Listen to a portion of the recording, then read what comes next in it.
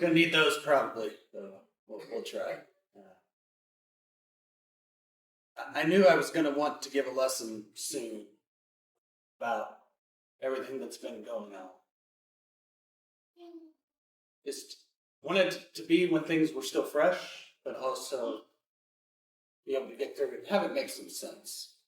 And I was able to attend a conference this past weekend for work.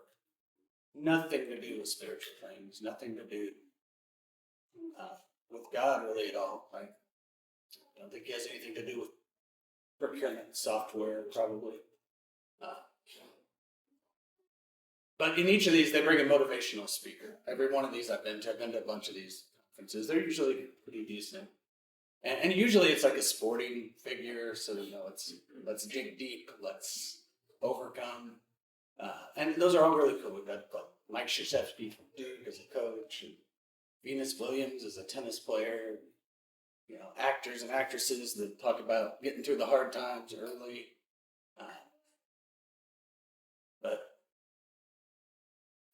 I'll get more into it, who he was, best motivational speaker ever.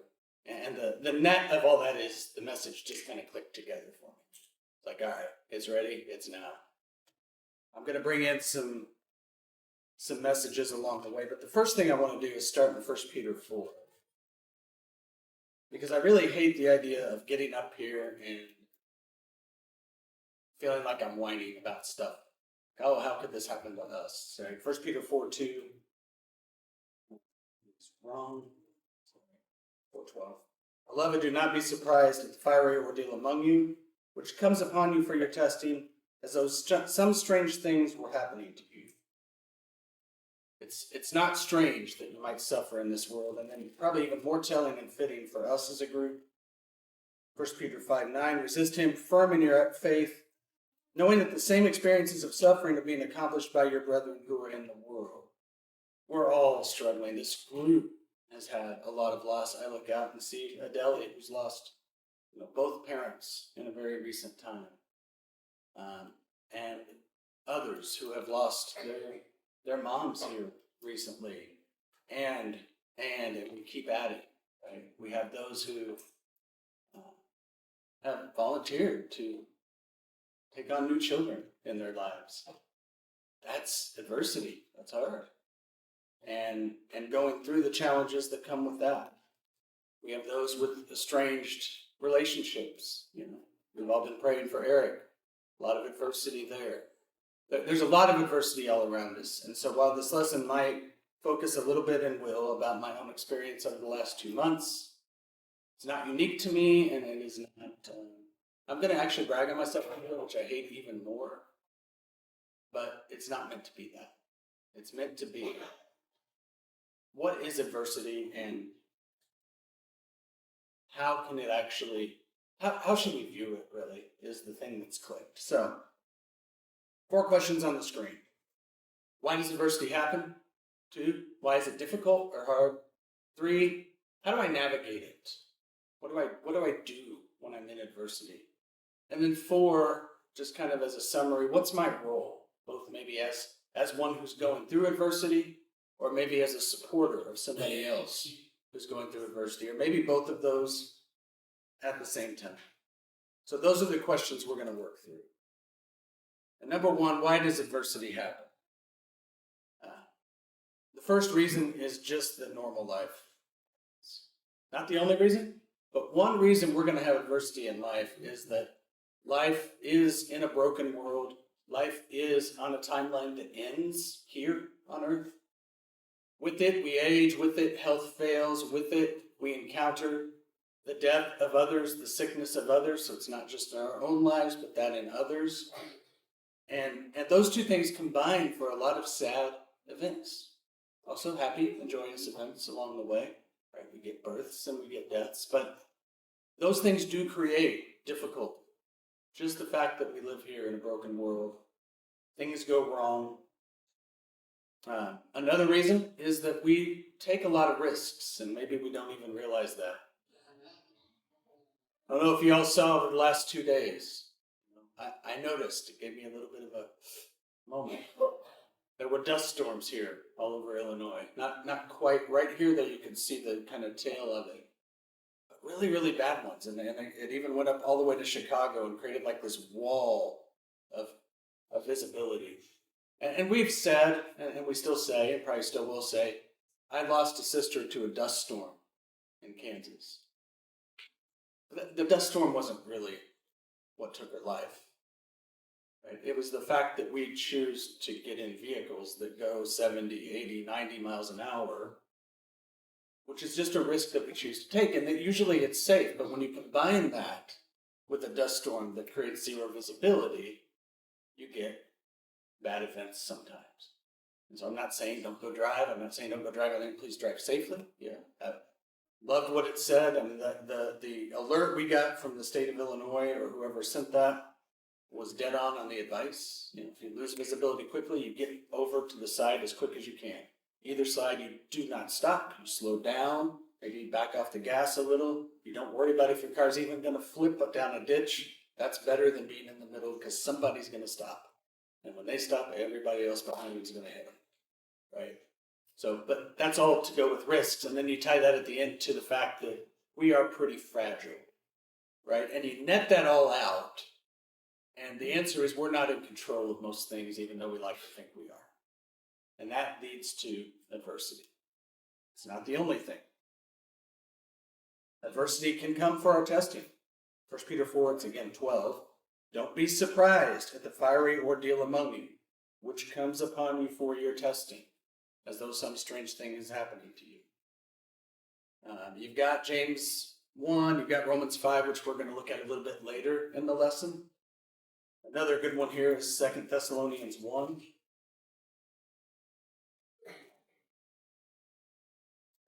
Where it's less of a command and it's more looking at them as examples. We ought always to give thanks to you, to God for you, brethren. 2 Thessalonians 1 verse 3. As is only fitting, because your faith is greatly enlarged and the love of each one of you toward one another grows even greater. Therefore we ourselves speak proudly of you among the churches of God for your perseverance in faith in the midst of all your persecutions and afflictions which you endure. This is a plain indication of God's righteous judgment, so that you may be considered worthy of the kingdom of God, for which indeed you are suffering. For after all, it is only just for God to repay with affliction those who afflict you. It goes into justice. But you see in both of those, in 1 Peter and here, we know from the example of Job that sometimes testing does happen here. I can't tell you exactly why or what God would have in mind to test us other than what we put together from some of these verses. And we'll see a little bit more in James and Romans about what some of that testing is supposed to produce. So we'll review that a little bit more later, but realize that's another reason adversity happens. And finally, we have an enemy. Right? I read 1 Peter 5:9 earlier. Go to just before that in verse 8. Don't discount the fact that we have an enemy in the world. Be of sober spirit. Be on the alert. Your adversary, the devil, prowls about like a roaring lion, seeking someone to devour. And then, verse 9, resist him, firm in your faith, knowing that the same experiences of suffering are being accomplished by your brethren who are in the world. We have an enemy that is looking to knock us off course. I won't go read Ephesians 6:11, but there, it's the reason we put on the whole armor of God, so that we are not at risk, we're not vulnerable to the schemes of Satan. Right? That's why we do that. So you add all of those things together and you kind of get to the key of this. Why does adversity happen? But think about the philosophical questions people ask when they, one of the reasons people don't believe to God is they don't understand, why do bad things happen? Why bad things happen to good people? You ever heard that one? Or the derivations of all of that, right? You can get all these different questions. These are the reasons. Broken world. God may be testing us, and Satan may be attacking us. We won't know which, and in fact, it can be all of those. Job's a great example where it's really kind of all of those, right? Satan started it. God allowed it, not to test Job necessarily, but to prove a point to Satan that Job could endure. And the means that were used were the means of this natural broken world that we live in. People died, storms were used, etc.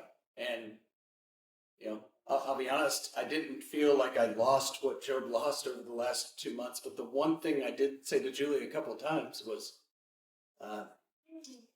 and only I have escaped to tell you. It's just that piling up effect is one thing that was new to us this time.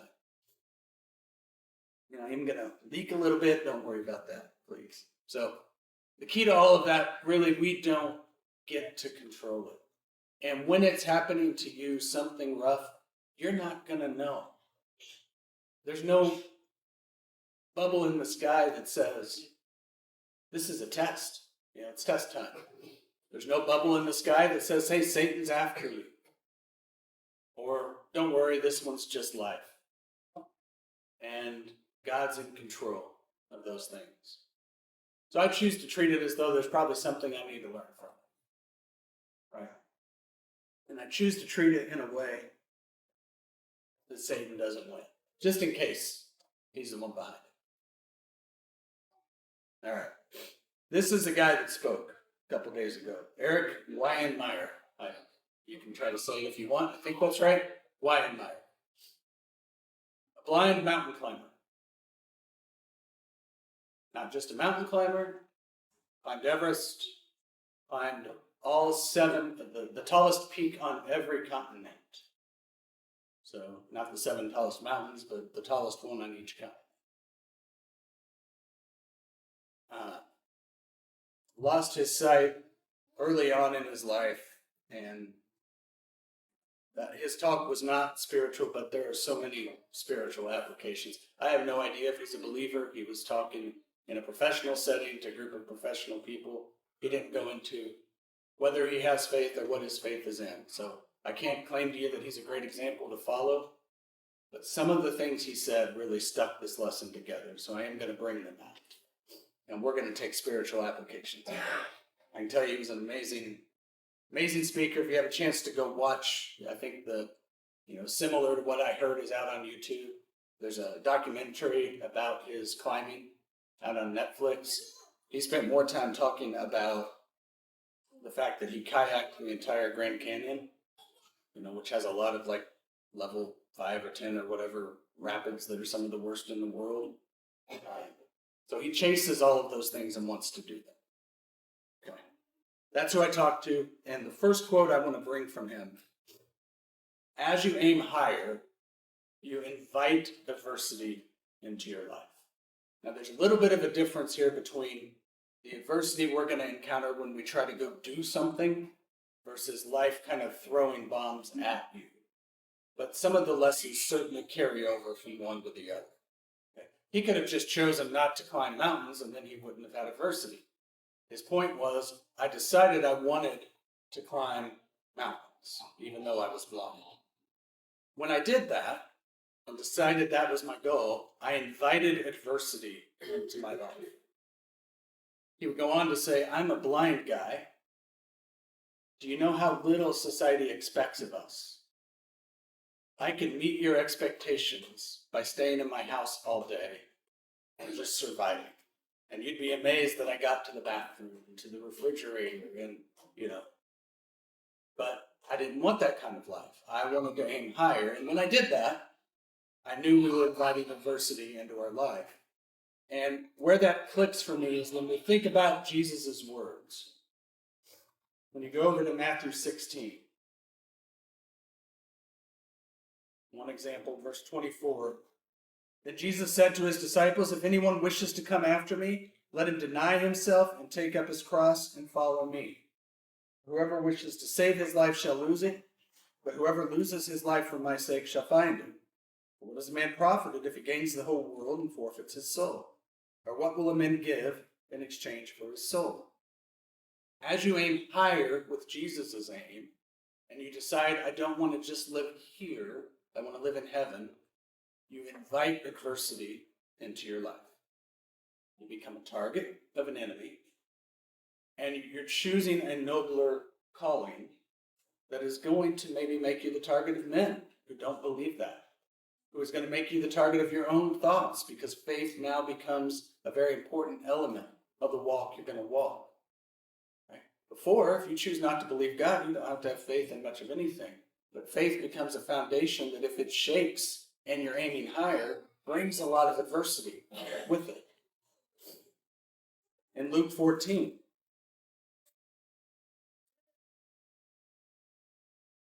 Luke 14:26. If anyone comes to me and does not hate his own father and mother and wife and children and brothers and sisters, yes, and even his own life, he cannot be my disciple. Whoever does not carry his own cross and come after me cannot be my disciple. And then go over to John 15, finish the thought. John 15, beginning of verse 18. If the world hates you, you know that it has hated me before it hated you.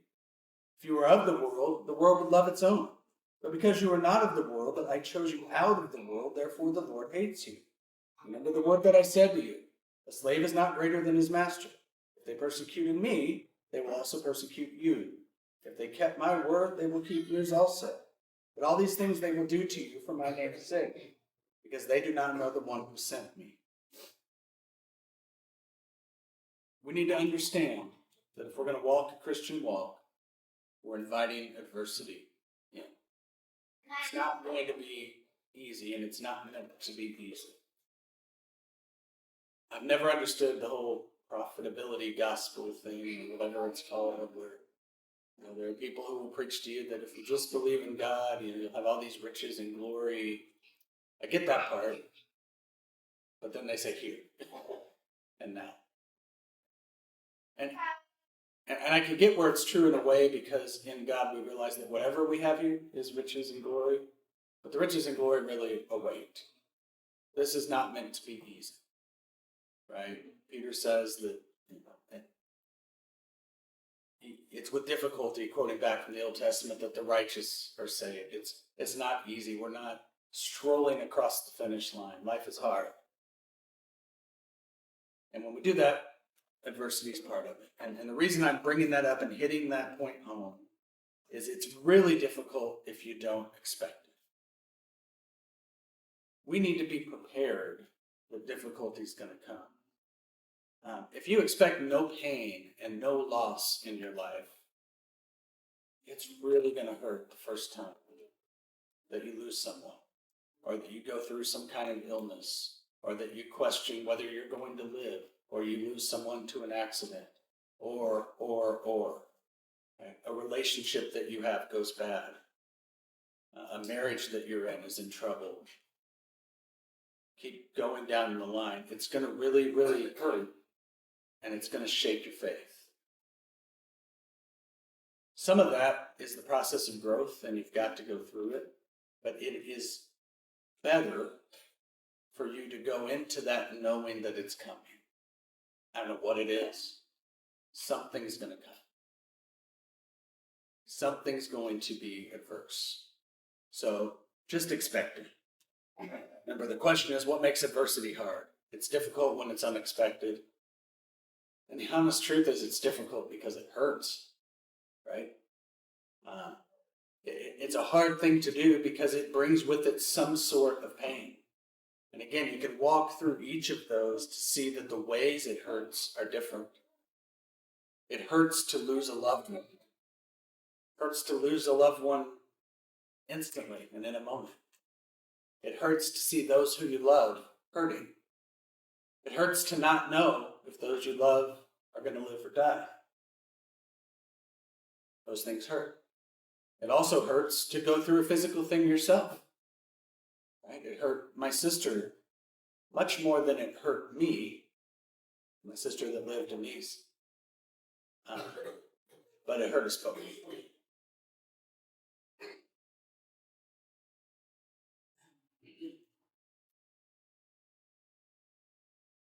So it hurts. A relationship falling apart hurts. A marriage that's struggling. A parent-to-child relationship that is struggling. Those things hurt. They hurt in different ways. But that's what makes adversity tough. And the last thing, and this is the important thing that kind of puts it together, adversity is difficult because it's a barrier.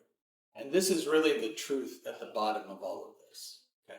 And I think part of what we learn, and we'll see this in a little bit, as we go through difficult times, is that those difficult times teach us something about reaching hard goals. The hard goal can just be, I just need to get through this. The hard goal can be, I'm trying to climb a mountain, or I'm trying to achieve a career, or I'm trying to whatever.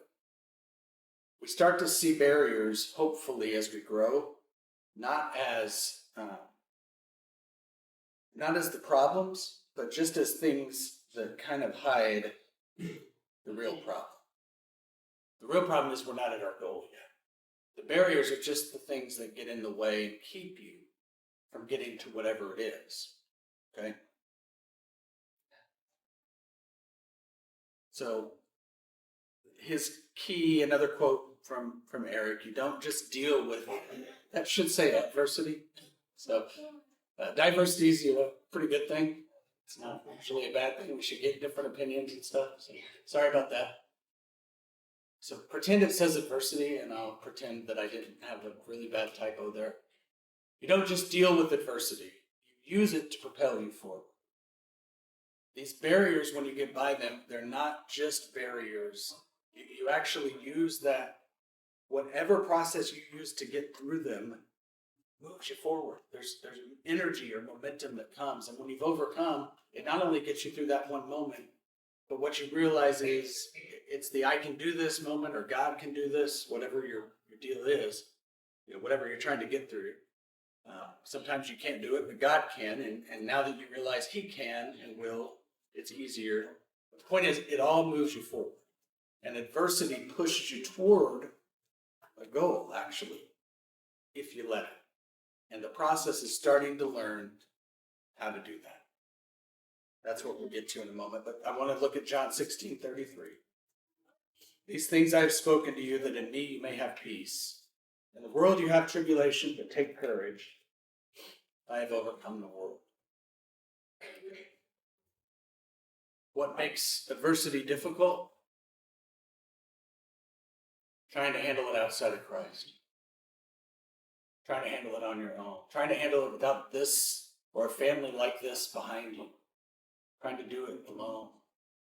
But especially trying to do it without being able to rely on God to take care of it. Jesus says that here. In the world you have tribulation, take courage. I have overcome the world. What He brings is peace. He doesn't bring peace instead of tribulation. He brings peace within and past tribulation.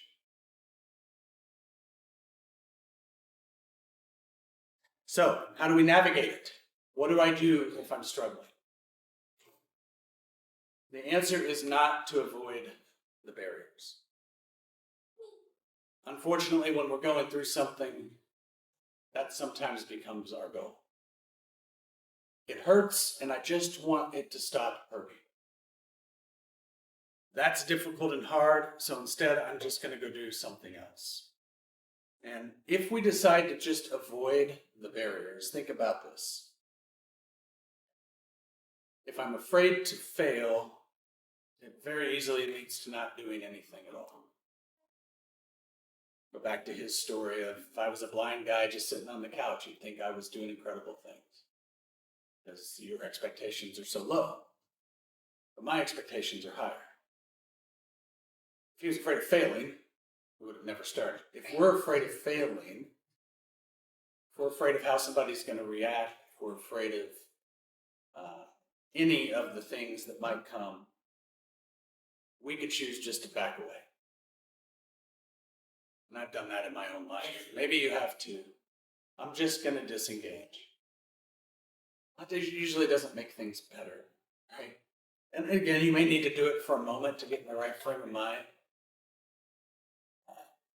But if I'm supposed to learn anything, I think, from what's happened to me in the last 2 months, it's time to get off the couch. It's time to stop dwelling on what happened to you in December and what happened a couple of years ago, the pain that I had really still lives in my head a little bit. And it's time to move on, right? And nudge. And I don't think that all this happened for that, but I do think it is something that I'm supposed to learn.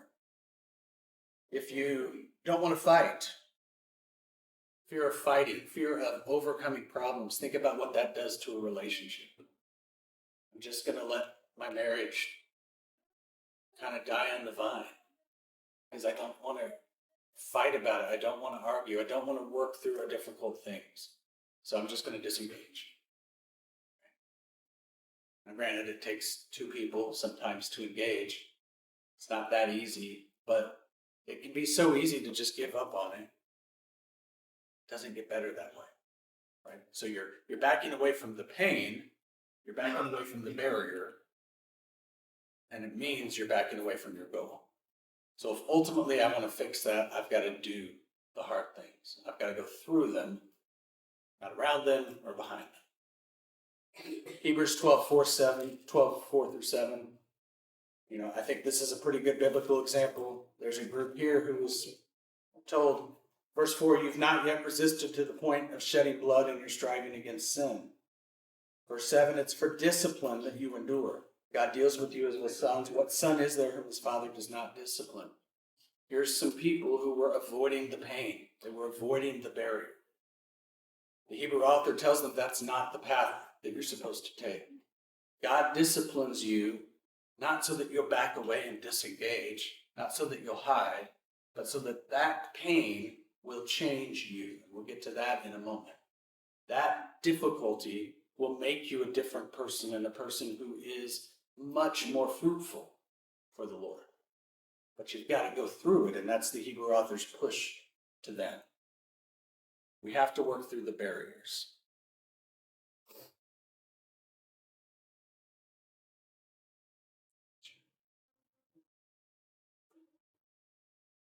So he shared a story, this blind guy. He lost his sight as a kid. He had his sight pretty fully till about 5 or 6. And then because of a condition, lost his sight gradually until he was about 12. Fully in one eye, and then kind of kept it in the other eye for a little while, and then eventually that one. And he said this was near the end. His one eye was already blind. He was losing sight in the other eye. It was happening kind of rapidly. But he was an adrenaline junkie. His whole family was, and so he had these bike ramps set up, in his driveway and out in the road where they lived.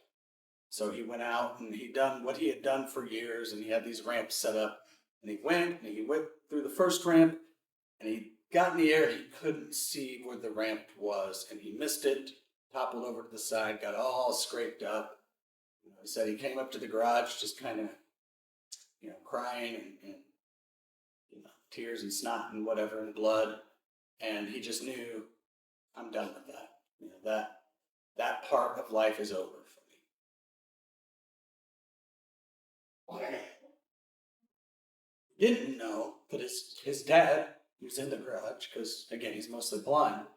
His dad was doing something else, didn't say a word. Comes out the next morning, the kid. And his dad grabs him and says, you should try again. And his words were, well, I thought, okay, maybe my sight got better in the middle of the night. Why not go try it again? So he gets up on his bike, and he goes through, and he gets up in the air. He said, I could see it. I didn't understand why I could see it, but I could see it. And he hit it, and he landed, and he felt so proud and so good about it, right? And that's when he realized that the ramps were painted neon orange. His dad had spent 8 hours with 3 neighbors in the middle of the night and painted all these ramps orange so that he could do this. He said it lasted about 3 weeks. Then he couldn't see anymore. He said, no matter how brave you think I am, I'm not dumb enough to go jump in bikes when I can't see anything. So it gave him about 3 weeks, but it gave him a sense of, I can do this. So a really good example of painting the ramps. And I'm going to ask you to remember that. Painting the ramps. We need to use adversity to propel ourselves forward. the key verses, the main verses for this whole thing. You guys have studied them. I know Rick's been sharing these. We've all been looking at them. Romans 5:1-5, and James 1:2-4. I'm going to start in Romans. Therefore, having been justified by faith, we have peace with God through our Lord Jesus Christ, through whom also we have obtained our introduction by faith into this grace in which we stand. And we exult in hope of the glory of God. Not only this, but we exult also in our tribulations, knowing that tribulation brings about perseverance, and perseverance, proven character, and character, hope. Hope does not disappoint, because the love of God has been poured out within our hearts through the Holy Spirit who was given to us. I know we know these verses. I know you could recite what those things mean. I want you for a moment to go in just a little bit deeper with me to say, how does this actually work? In the middle of a hard thing, 3 hard things, 5 hard, I don't know, you might have. What do I do? And the easy answer is you get through it. Okay, that's perseverance. You get through it. You don't get around it. You don't disengage from it. You work through it. And you've got to do that. You do that on your own. You do that with others. You do that hopefully with God. Okay, but you do it and you get through it. And when you've done that, not only do you learn I can do that, but do you see what Romans says happens? Where it goes? It goes into, in Romans' words, it goes into your character. You transform, you change, you become a person who gets through things. You become a person who, when life throws stuff at you, doesn't run and hide and duck, but meets it. And it's proven character. It's not just character. It's proven because of what you've been through. And so that what happens the next time, it doesn't hurt less. I've been through some stuff. So have you. The 5th time doesn't hurt less than the first time. But the 5th time, I know I'm getting through it.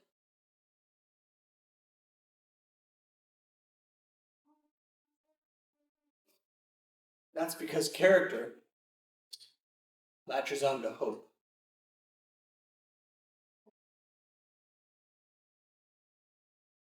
And hope doesn't let go. My faith wavered 0 times.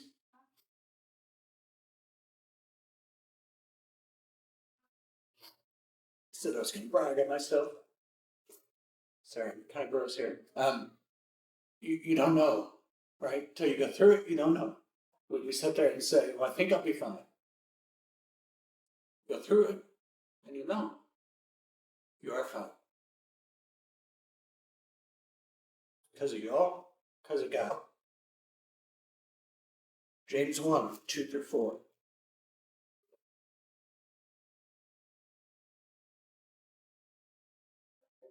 Consider it all joy, my brethren, when you encounter various trials. Remember in Romans, excuse me.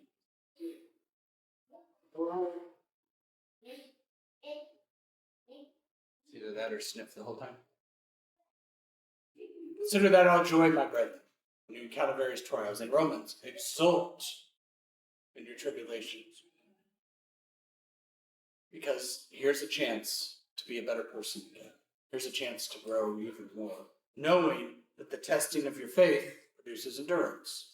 So when you get through it, it builds endurance in you. You can get through the next thing and the next thing. And endurance has a perfect result. And I think that corresponds directly to Romans. That perfect result is our character. It's what we just talked about. That result is in our character. We now change and we become the person who God has placed this perfect result, and we can get through it. I didn't question God over these last 2 months. Not one time. Not why, God, why did you do this? Why? Just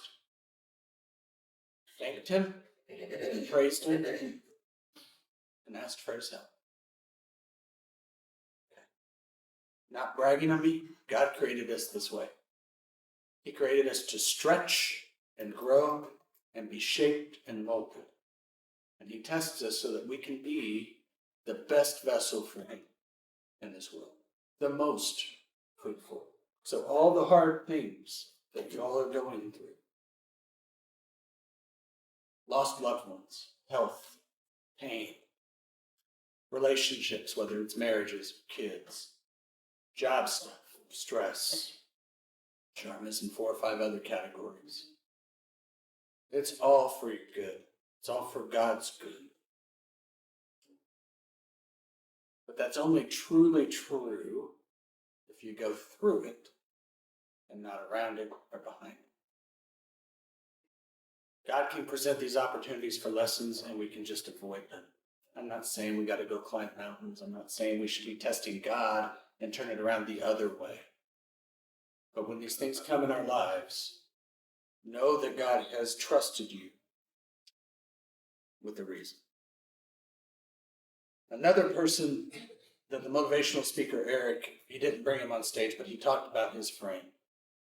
His friend is named Hugh Hare, and he also was a mountain climber who was in New Hampshire and got caught in a snowstorm and went off the wrong side of the mountain and got stuck in snow for a few days, ended up losing both his legs. Okay? And again, he asked, what are now your expectations of a double amputee in life? What do you think they're going to accomplish? Right? What's a good life lived for somebody with 0 legs? Whatever level of legs he had left. He was miserable at first, he said, spent a lot of time in contemplation, but decided he wasn't done yet. He did 2 things. One, he got a PhD, became one of the forefront leaders in developing prosthetics. So a little bit of a selfish endeavor because he was one of his own test subjects, but is the leader of MIT's lab now for prosthetic development, programming and robotics. There's videos of him out there, able to move his ankle and dance in all sorts of ways. And you can see he's still climbing mountains. And in fact, he's become one of the best mountain climbers in the world. So when I say that it changes you, when I say that adversity is meant to change you, I want you to remember this as well. Because not only is he still climbing mountains, you can kind of see his feet. But Eric, this guy who's also a mountain climber, right, said he had heard that Hugh became the first person, not the first amputee, the first person ever to climb this certain open face in Red Rocks, kind of down south of Vegas in Nevada. The first person to ever do it, to climb this open face. I don't know the name of it. I'm sure you can look up the story. Adversity changes you because Eric asked him, how did you do it? He said, I just made my legs a foot longer.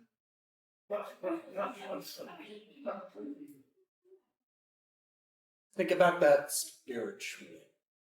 You and I don't get to make our legs a foot longer, but we serve a God who can make us whatever he needs us to be. Not only can we get through bad things, but think about what we can do after them because of the people we become. Not the people we are now, but the people we become when we let him change us. Finally, what's my role? What I've learned is my role when I'm suffering is to grow first, to remember that I'm growing. Because it is a tough thing to go through. These 2 months I don't wish on anyone, and I'm sure that our sister Adele would say the same thing over the last several months, and I'm sure others would say the same. When you go through these hard things, you don't wish it on anyone, but the outcome can be good, and you just have to remember that you're going through this, and it's going to make you somehow better. I don't know exactly how, but you're going to be better for somebody, some way. I can think of what we've gone through with our oldest. Never did I think I was going to become a counselor to other people whose children, make the choices to go into homosexuality or that part of the world.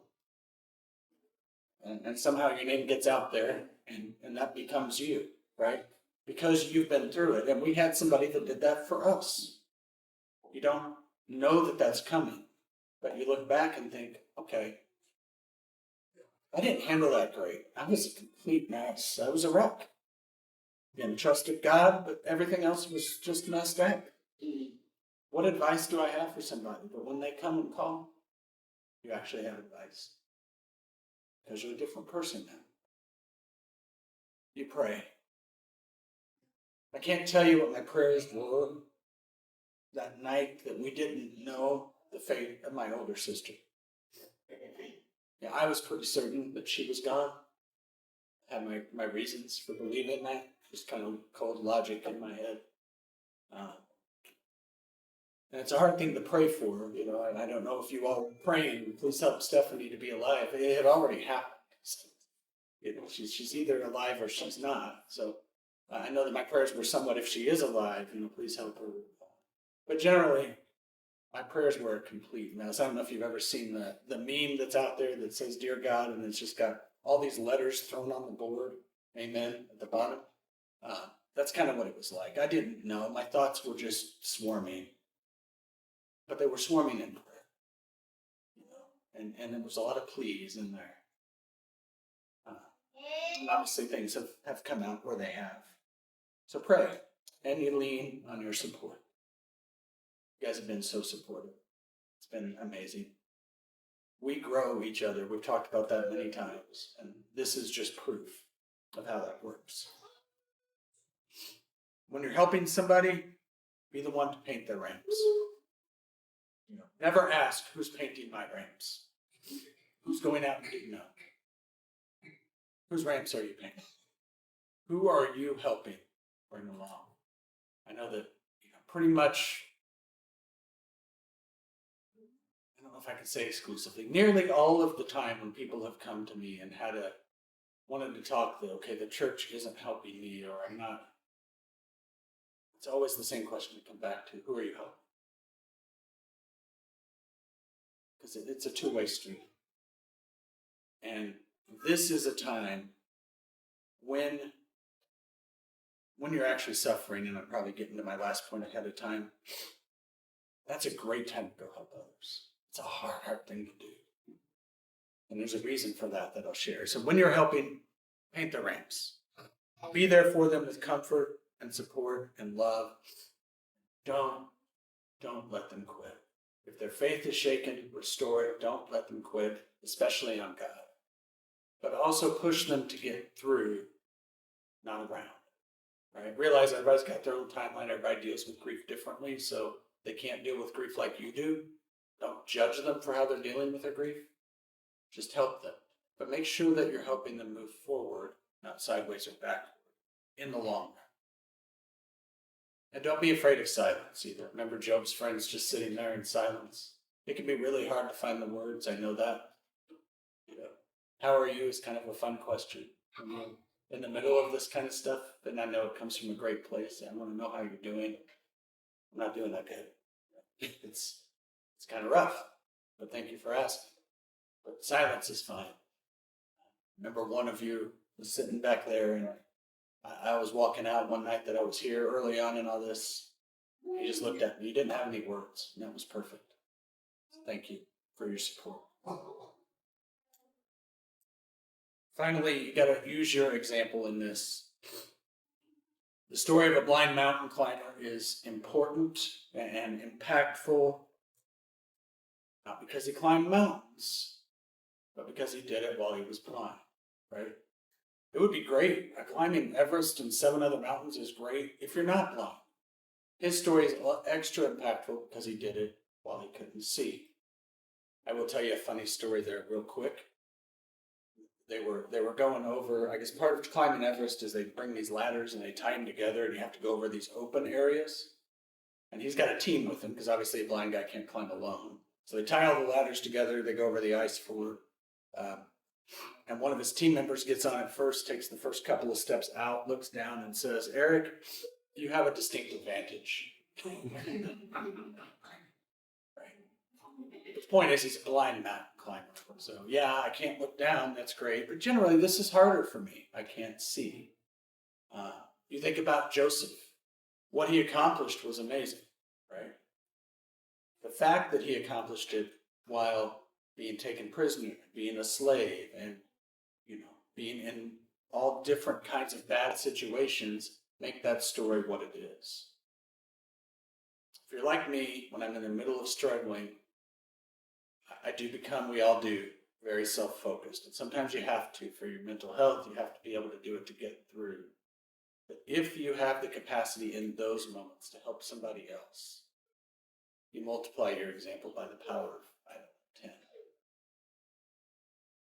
And you teach yourself that even in bad times, I can still be good to others. And I can be a help to others. So think about that as you're going through that. In the end, this is what we do. Our goal is to help people go through the adversity of this life. And we do that by bringing them to the one who can actually fix it. To the one who puts hope in the heart. To the one who will bring us to him forever. Where we do have comfort and riches.